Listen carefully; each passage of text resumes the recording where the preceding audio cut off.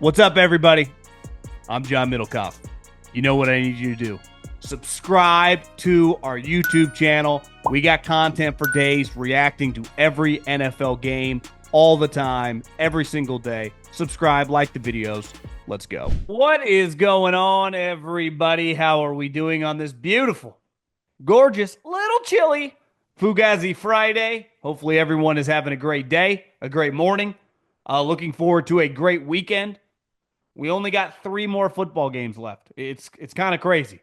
It really is. So we got, 180 minutes of football left. So we got to enjoy it. We got to take it in, and then hopefully the sun comes out and it gets even in the desert right now. It's cold. So if you live in the South, you guys have that wind. I saw Bourbon streets snowing. It's obviously freezing cold in the Northeast.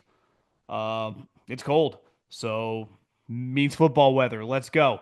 I want to do here's the plan. We will obviously talk some football right now. Later today, a video with Stuckey will come out previewing these games. I will have a Middlekauff mailbag audio only, so make sure you subscribe to the podcast probably for not probably for Saturday on the weekend. A ton of you guys have hit me up in my DMs. And today I wanted to go over just the pressure rankings because obviously to win a Super Bowl, or, to get to a Super Bowl and win it, you become a legendary player. And if you already are one of the all-time greats, it puts you in a different stratosphere. A guy like Mahomes, Brady, Manning, right? Uh, but just getting to the Super Bowl is a really big deal. And I just kind of went through the 4 teams and just looked at it from a pressure standpoint because there's a lot on the line this weekend. This is why we watch all season long. It all comes down to these 2 games, and it doesn't really get much more exciting, especially, I mean, I think most people had this game circled at the start of the season, definitely as the season was going on. Josh Allen versus Patrick Mahomes for the 4th time, in 5 years. So in the playoffs, 2nd time in the championship game. Also wanted to hit on just some other NFL topics, stuff that's flying around. Uh, we'll fly through, and then of course Fugazi Friday. But before we dive into some football, I do need to tell you about my friends, my partners, and the official ticketing app of this podcast, Gametime. And if you want to go, if you have a chance to go, if one of your 4 teams are playing this weekend, you want to go to one of the games, Gametime has you covered. It's the easiest place. You just put in the venue, you put in the game. If you want to go to a concert, you put in the artist, you put in the arena you want to see, comedy shows as well. Search by price points. They have incredible flash deals. Cannot recommend them enough. I've been using them for a long time, several years now. One of our loyal partners because you guys have used them, had a great experience. I've used them, I don't know, over under 10 times in the last couple of years, games, concerts. So take the guesswork out of buying tickets with Game Time. Download the Game Time app, create an account, use the code John for $20 off your first purchase. Terms apply. Again, create an account and redeem the code JOHN for $20 off. Download the Game Time app today. Last minute tickets, lowest prices guaranteed. I was thinking about this today. At this point in time in my life, I've become, besides football and golf, a very casual sports fan. Like, I don't watch really any regular season NBA. I don't think before the playoffs I watched 9 innings worth of Major League Baseball. The 28-year-old John would think I'm on drugs. The amount I consumed from basically age 8, 9, 10 years old up until, I don't know, 5, 6 years ago. But your life changes. I don't even have kids yet, but I've just had to pick and choose what I consume. And obviously, doing this for a living, all my chips are in the middle of the table on football, college, and definitely, obviously, the NFL. And golf. I'm just it's probably the one sport that I'm still a fan of. Also, gambling. We do a little bit here on the podcast, but when it comes to basketball, March Madness now, and definitely baseball, like I get into it if the games matter. And typically that's when the playoffs start. And you just know there's a lot on the line. And there's something about the communal experience of watching games that really matter. And for not just the historical perspective of the sport, of the individual player, but just on that individual day when they're playing a game, like there's a lot on the line. I mean, and the great part about the playoffs in pro sports, I mean, you're talking about all these guys now. We got players making in the NBA, some guys making like $60 million. Shohei Ohtani just signed a contract for $750 million. You have Patrick Mahomes and Josh Allen signed a combined like $700 million worth of contracts, right? Jalen Hurts signed a $200 million contract. And Jaden Daniels looks like he's poised, if he just doesn't get injured, to probably potentially one day sign the biggest contract in the history of the sport. Yet when it comes to the playoffs, every guy on the roster makes the same amount of money. And the playoffs isn't about money.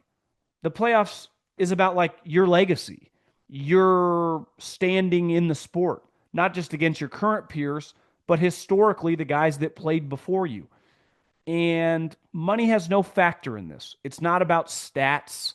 We don't judge you. Like, no one talks about Josh Allen's box score last week. Why? It doesn't matter. He won the game. No turnovers. That's all that really mattered. But this week, like, you don't have to win the Super Bowl to kind of get remembered. We talk still about you get to the game, it's a really big deal. Obviously, winning the game puts you in a different stratosphere as a player or definitely as a coach. But just making it to the event, we've seen in recent memory, like, changes the course of your career. Last year, a guy that was drafted in the last pick of the draft, Mr. Irrelevant, had a lead in the second half against Patrick Mahomes. And a huge part of this offseason with Brock Purdy negotiating against the 49ers was like, I was your starting quarterback when we went to the Super Bowl. 2 years ago, Jalen Hurts, who is probably one of the more polarizing players currently in the NFL, outdueled Patrick Mahomes. Was just way better than him. Like, that's just, it's not even subjective. Statistically, the eye test, he was just it's like the best game he's ever played.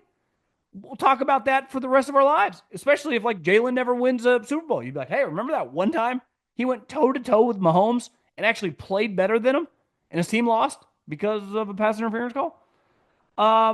3 years ago, Joe Burrow. Now, I don't know if Joe Burrow's remembered as much for the Super Bowl, but he was definitely remembered for, I don't know, the time he beat Patrick Mahomes in Arrowhead. So even if you lose the Super Bowl as a quarterback, it's a pretty big deal making the game. And as a coach, like, you can get an extension just off losing that game, right? You get there, you're one of the last two teams standing. Remember when Zach Taylor was the head coach for the Bengals in the Super Bowl? Nick Sirianni's got to be one of the most polarizing coaches I ever remember in football. And especially with a guy with his record and his playoff record. Nick Sirianni went to 2 Super Bowls in 3 years. That'd be pretty nuts. So I think when we look at these 4 teams, like, even when we'll get to Washington playing with house money, whatever, like, you're still here. And this is an opportunity to make it to the Super Bowl. And Dan Campbell said this last year when they lost the 49ers. There's no guarantee we'll ever be back in this game. Look at what happened to him a year later. Number 1 overall seed. All they had to do was win one game, and they would have hosted the game to attend the Super Bowl. They would have, NFC Championship would have gone through Detroit, and they couldn't do it. And now they got new coaches. They're still going to be good, but there's no guarantee that they'll ever be back in the NFC Championship game. It's the way sports work. The only thing that we know right now that is pretty much guaranteed is that Patrick Mahomes, if he's your starting quarterback, he will be in the AFC Championship game. But it'll take Tom Brady or Joe Burrow, maybe Josh Allen, to put up a fence for the entrance of the Kansas City Chiefs moving on. So I think number 1 in terms of pressure rankings, I don't really even think it's close. And unlike some of these other teams, I don't think it's an individual player. It's the Eagles. And when you look at Philly, it's not Jalen Hurts. It's not Nick Sirianni. It's not Howie Roseman. It's not some of their other star players. The burden of the pressure falls on their backs. It's really just the organization. Losing this game, if you're Philadelphia, against a team that you haven't taken seriously in I don't know, 20 plus years, who Stuckey and I talked about this. I think there are probably less than 2 players who would start for the Eagles not named Jaden Daniels on the Commanders. This has to be one of the worst rosters to make it to a conference championship game of the internet era. I mean, it is remarkable what Jaden Daniels, Dan Quinn, and the organization has accomplished. But we all agree the Eagles have, if not the best roster, top 2 or 3 roster in the NFL. Hosting the game against a team as almost a touchdown favorite, you just got to win the game. They're just anything less than a win. No one's judging you on stats, on how Jalen plays, on how many yards you throw for, how many sacks you have. No one gives a shit. You could win this game 2-0, or you could win it 30-3, but you got to win the game. And I think the crazy part about this matchup is for being a massive favorite in this game. I would imagine a lot of people in Philadelphia are a little nervous. Now, it's sports, anything can happen, but this is a game on paper that, like, if we just corral Jaden a little bit, they should have no chance against us. Because unlike Detroit, whose defense was Swiss cheese, we have a $5 million defensive coordinator. We have a defensive lineman who looks like Chris Jones at 22 or 23 years old in Jalen Carter. We have several other guys on the front that are coming on. Zach Bond's an all-pro. Mitchell's going to play. He's one of the best rookie corners we've seen in recent memory. You have a fantastic nickel corner in DeJean. You have an experienced other corner in Slay, who's actually been pretty solid. CJ Gardner-Johnson has brought you that physical element that you missed last year, just kind of an edge to the team. And, like, there's just no excuse. Now, the one question mark, if you are in a tight game, your kicker, no, how could anyone trust their kicker?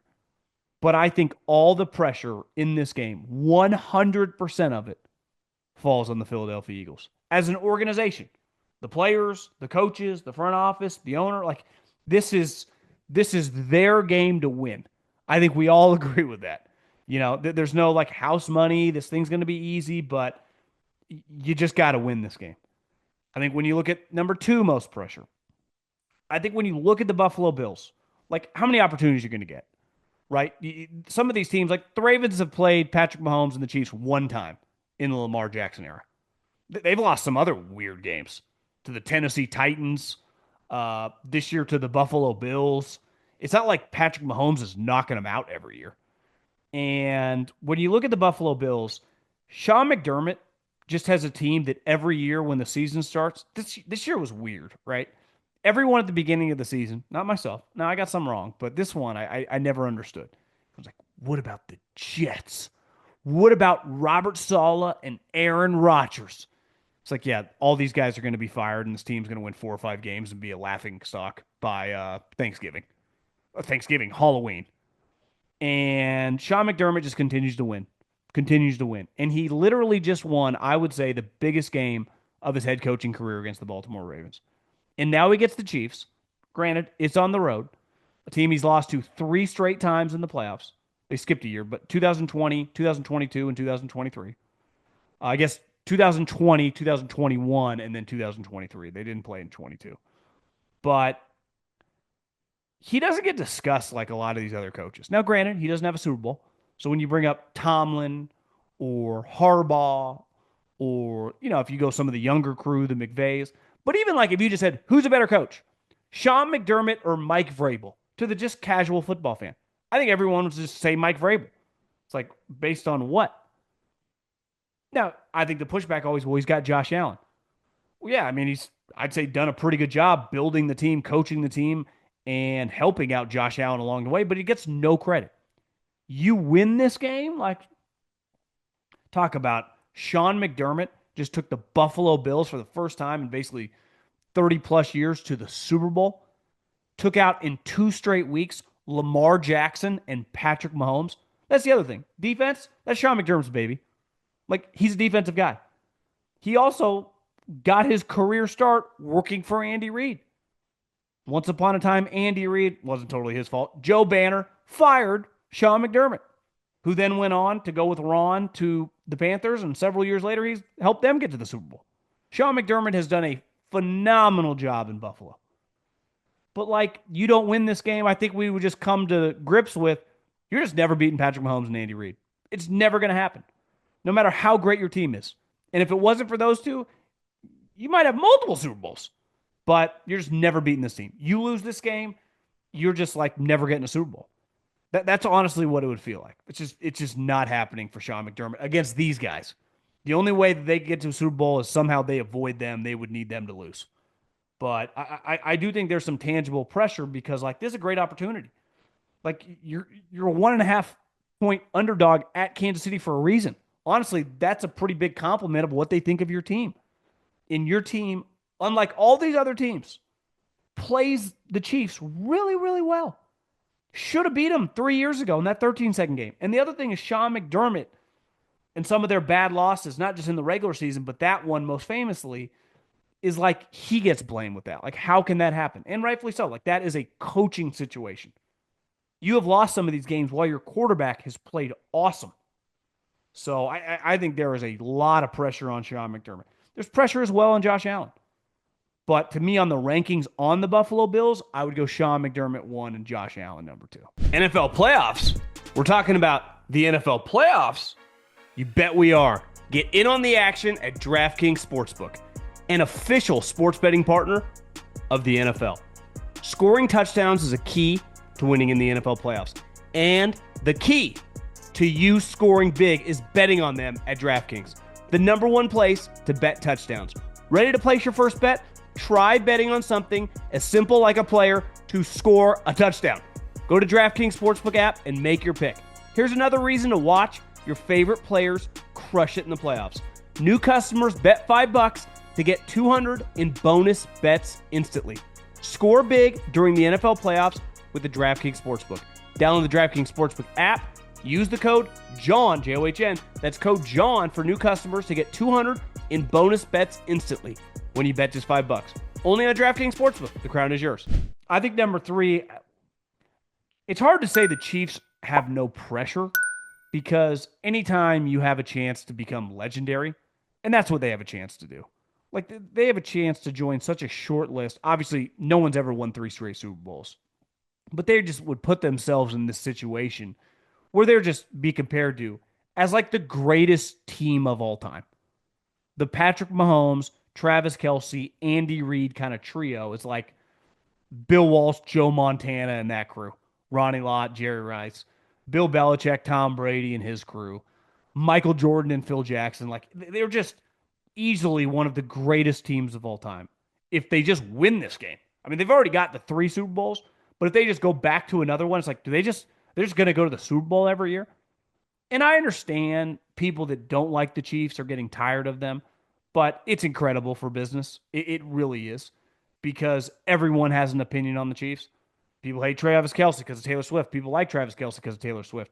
People think Patrick Mahomes is annoying. People think the Chiefs are annoying. They get too many calls. They're just too good. People just like greatness. You could meet, I could just walk down the street, not literally my street because no one would be outside, but if you just went to a street where people were walking down on the sidewalk and just run into the first 5 people and just say, what do you think of the Kansas City Chiefs? I think you would get 5 different answers. Some would be mad, some would be negative, and some would be pretty positive. So, not being in Kansas City where it would be universally positive. But there's no guarantee. Like, you just never know year to year.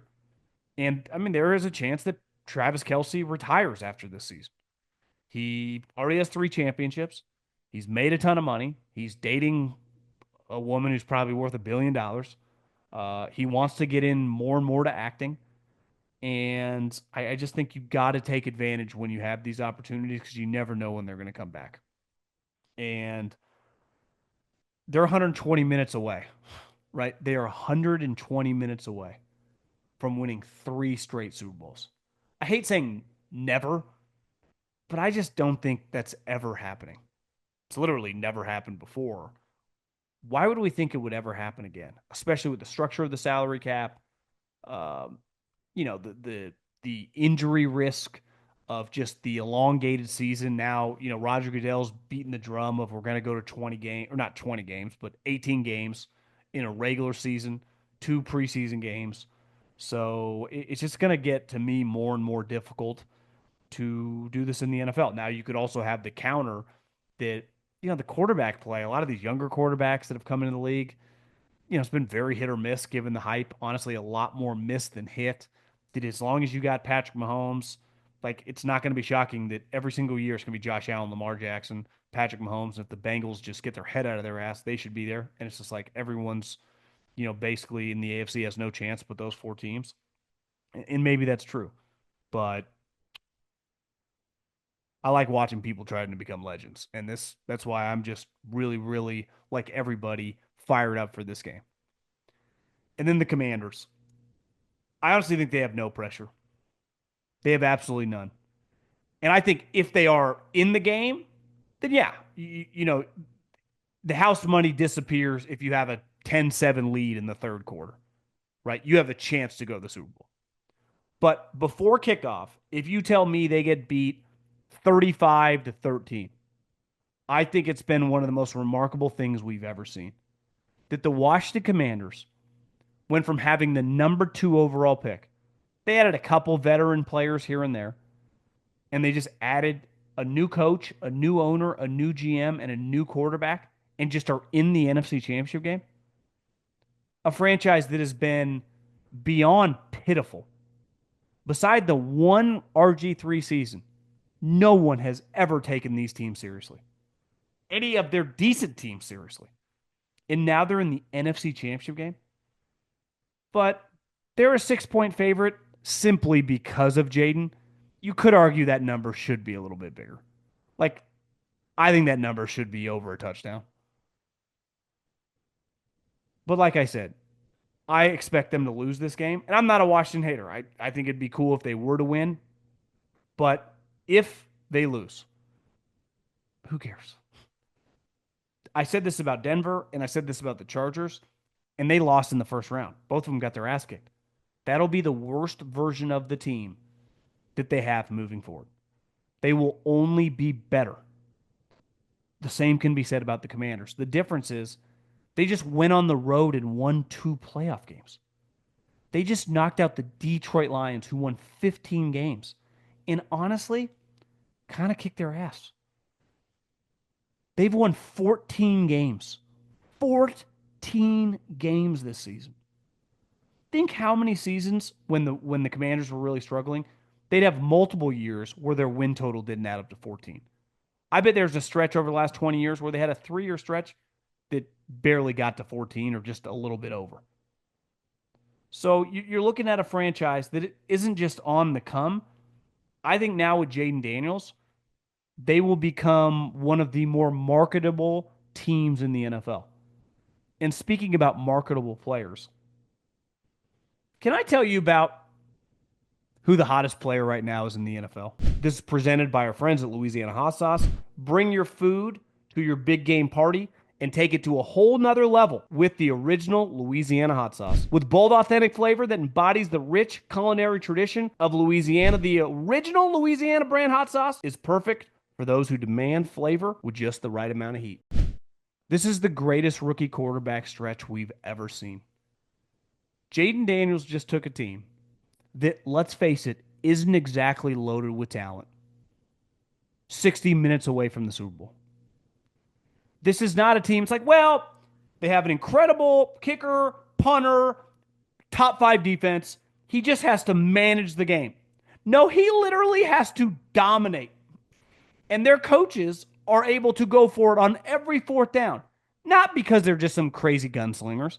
Not because they're Dan Campbell and they have the best offensive line, some of the best personnel in recent memory. Because they got Jaden Daniels. And at any moment, the guy can make a play with his legs, can dominate from within the pocket, can throw on the run, and they can legitimately just run. And because, listen, he's a little reckless, but he will just dive forward. He's not Mr. Slide. He ain't coming up short.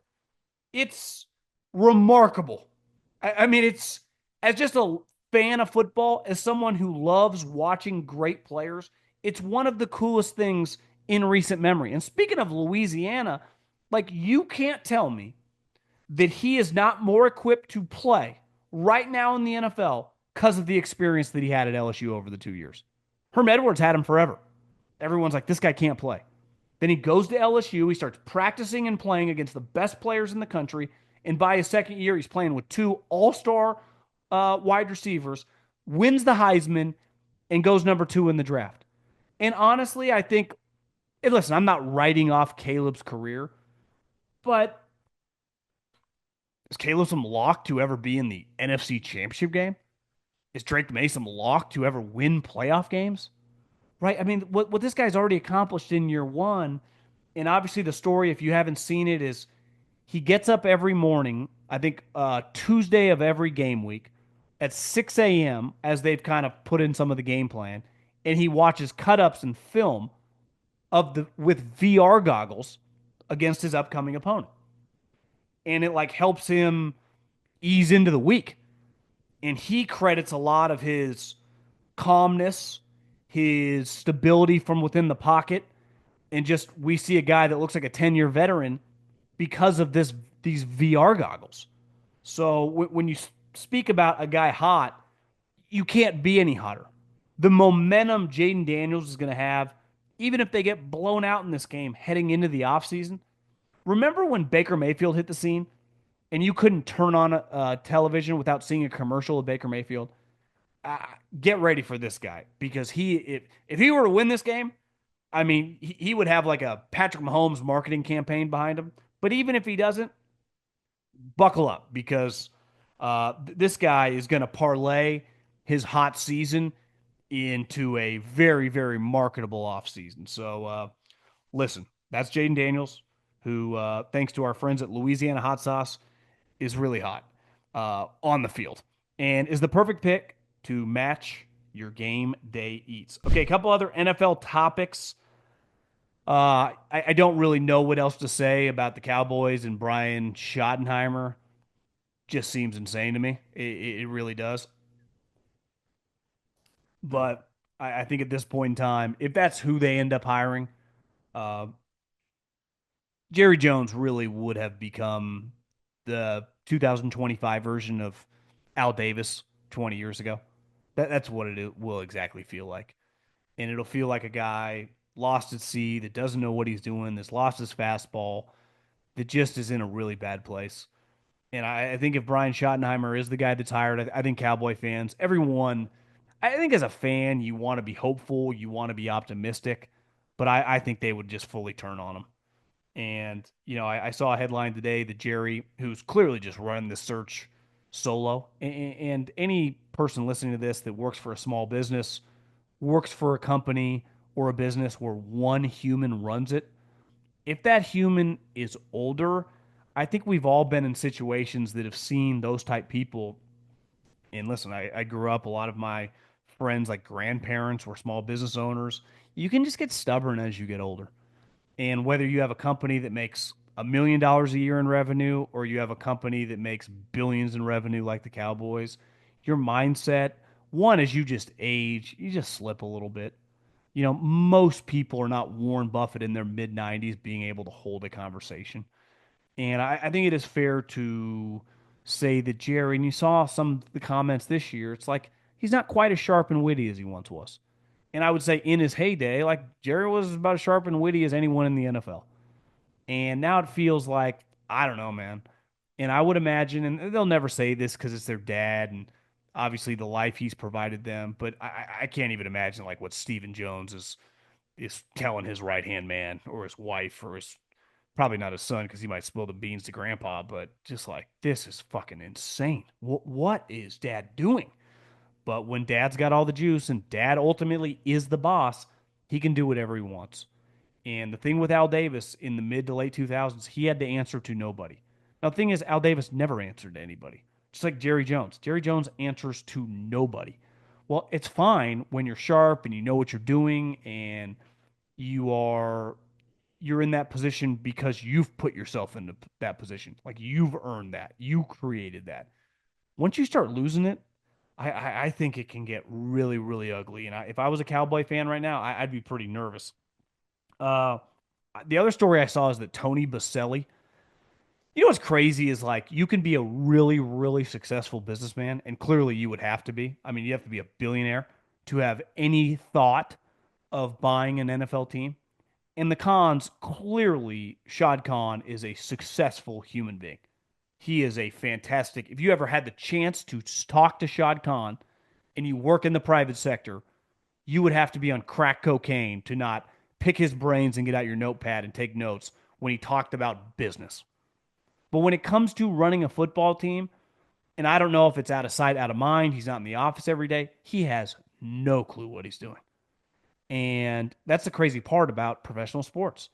You can be the most dominant human in your field, print cash, be worth billions upon billions of dollars. And then you buy some professional organization, basketball, baseball, or football, and just be a complete fish out of water. But it's not like you're going to relent or give up any of your power of going, I don't know what I'm doing, because the reason you own that team is because of you. So usually they almost double down on like, I'll figure it out. I'll figure it out. And the answer is like, I don't think you will figure it out here. And if they were to end up hiring Robert Saleh, that is fucking insanity. I like Robert Saleh, good guy. But you hire him after what we just witnessed in the Jets, and I'm not acting like it was as bad as it actually was in the Jets. This isn't Adam Gase, but he was not good enough to immediately get hired. I think it would just show that these guys are lost at sea. And to hire Tony Baselli because he needs some help doing this. When I was living in the Bay Area, one time I walked into a Starbucks, and I remember waiting for my coffee and looking probably 5 feet away of just this massive human being. And I realized that's Tony Baselli. And I think at the time, this was probably 3 or 4 years ago, he was doing stuff with the Pac-12 network, not like on television, but helping out the conference. And clearly, he's a smart, high-level guy. But I think anytime you make these type hires, just feels like you're lost. And that's what Ursay did a couple years ago with Jeff Saturday. Like Jeff Saturday is an impressive individual. But if you hire him to be your coach in the middle of the season, there is no bigger red flag of, I have no fucking clue what's going on than that. And last but not least, the low ratings. It was like the least watched, one of the least watched championship games like ever, which two of the biggest brands in all of college football, Notre Dame, Ohio State. I watched it, so I, I, I guess I had a different take when everyone was complaining. Obviously, Trump gets inaugurated. It's a holiday, so people are watching TV. By the time that game comes on, maybe they're just, I don't know, just not into it. Not a good game early on. And a lot of people push back and say that the game should be basically on New Year's, like when the Rose Bowl is, which I think would be a little complicated because you would basically have to go to an NFL playoff situation of or scenario where you just start the week after Thanksgiving or 2 weeks and then just play every single week if you're going to go with a 12 or 14 team playoff moving forward. So I was like, what else am I going to watch? There's nothing on television on Monday night. But clearly I was wrong because people didn't tune in. Maybe there is some truth to momentum's a powerful thing, and college football had a lot of momentum, and then you disappear for a while. You know the way society is now, and I'm guilty. You're guilty of this. We bounce all over the place. It's very very hard. The most powerful thing anyone has in my business is the ability to capture attention. It's very tough to do, and if you can, it's very lucrative. And college football had us there for a couple weeks, and maybe they did lose some momentum. So maybe they need to figure out a way to move it up a little bit. But you can't play on Monday night after the wild card round because they play a Monday night football game. So you're not going to go up against Monday night football of an NFL playoff game. If you put it before, I guess you could have put it last week, like Thursday. Do you want to play a Thursday night game? I don't know, but this is definitely something that's going to be discussed. Okay, Fugazi Friday. I've had a couple. I actually thought of this. This one thing's been kind of wearing on me. Is I'm gonna get married here in, I don't know, 5 6 weeks, and most of my friends, especially my friends from high school, my friends from college, my friends that I worked with in the NFL that were similar to my age, they're all married. And most of them, I would say, got married either in their late 20s or early 30s. And for those of you listening that have got married, I would say younger in life than me, a wedding registry is very normal protocol. And Maria's brother, who I think 29 years old who has a young baby now on the way. They got married last year. You just you feel you wouldn't even hesitate if I was 28, 29, 30 years old to be like, "Hey, buy me a bunch of presents." Right? Buy me a bunch of shit. I'm 40 years old. I am very, very uncomfortable with people, especially her friends, if I don't know them that well, or even like my aunts and uncles or whoever in my life, buying me something. One, I don't get gifts anymore for Christmas. Maybe I will one day when my children get a little older. They get me something stupid, just the more of the thought that count. But I don't want. I've been working now for 20 plus years. Luckily, life's going pretty well, pretty successful. I just am very uncomfortable with the thought, and we've been getting a lot of like. And listen, Maria set it up. It's not like I took part in it, but I every time a gift comes, I'm just like, ugh, ugh. And maybe that's an insecurity to me. Maybe it's just completely normal protocol. What is the age where you get to a point if you're going to get married? Like if you know someone who's getting married for the second time, 50 years old. Let's say they're having like a decent sized wedding. Do they have especially if the guy's like doing well? It's like, yeah, this guy owns a company. They're doing like 75 million in revenue a year. It's like, does he do a wedding registry? Like, I want this coffee maker. I want this. I even did this. We even did this thing. Is like, yeah, let's just do a fun for our backyard. It's like it sounded okay in theory when I said it out loud because I got to redo my backyard. Got to redo the pool, retile it. Spa doesn't really work. New equipment. It's pricey. Put in new turf on the side. We don't do grass here in Arizona. Did a fund. It was like right after I did it, it feels like a GoFundMe. I'm like, I don't know. I'm just very, very uncomfortable. When is the cutoff where it's okay to ask for things when you're getting married? The more and more I think about it, I think as a guy, once you get past 40, is it a red flag? Am I a major red flag right now? The other thing is someone hit me up with this that they thought, you know, any of those congressional hearings, right? Whenever there's like a Supreme Court justice, or right now Trump, all the guys he's nominating for different positions in the government, and they go through that hearing where it's just like loaded with senators, and whoever the person is, if it's a Democrat, then all the Republicans, if it's a Republican, then all the Democrats, and they are just waiting for their 5 minutes to go viral. And he basically said, like, this is the biggest. Who in their right mind takes any of this seriously? And I was thinking about it. Like, it's impossible now in social media to not see some clips from whenever those goes down. But sometimes those things take place for days on end, whether it's one individual people, whether it's countless people. And it happens a lot too, like when they're coming after a business. Remember when Facebook got in trouble years ago and Zuckerberg's up there and they're just coming a couple years ago. It happens in a lot of different walks of life. I was thinking about, I've never, ever thought about clicking to watch one of those beside just the clips that I can't avoid on social media. I'd rather like eat a shit sandwich than watch that for days on end. I think there is nothing worse. I think it's one of the biggest clown shows. Most of these lifetime politicians who've, let's face it, most of them haven't really never generated a penny of revenue in the real world like you and I have. And they're getting up there like they know everything. And they are just screaming. It's like, this is so stupid. How have we come to this? And maybe, listen, I'm no historian here, but it feels it's been over the top for a long, long time. It feels like it gets worse by the year, and I don't know if we're ever going back. But like I said, I might be one of the biggest fugazis ever. 40-year-old doing a wedding registry.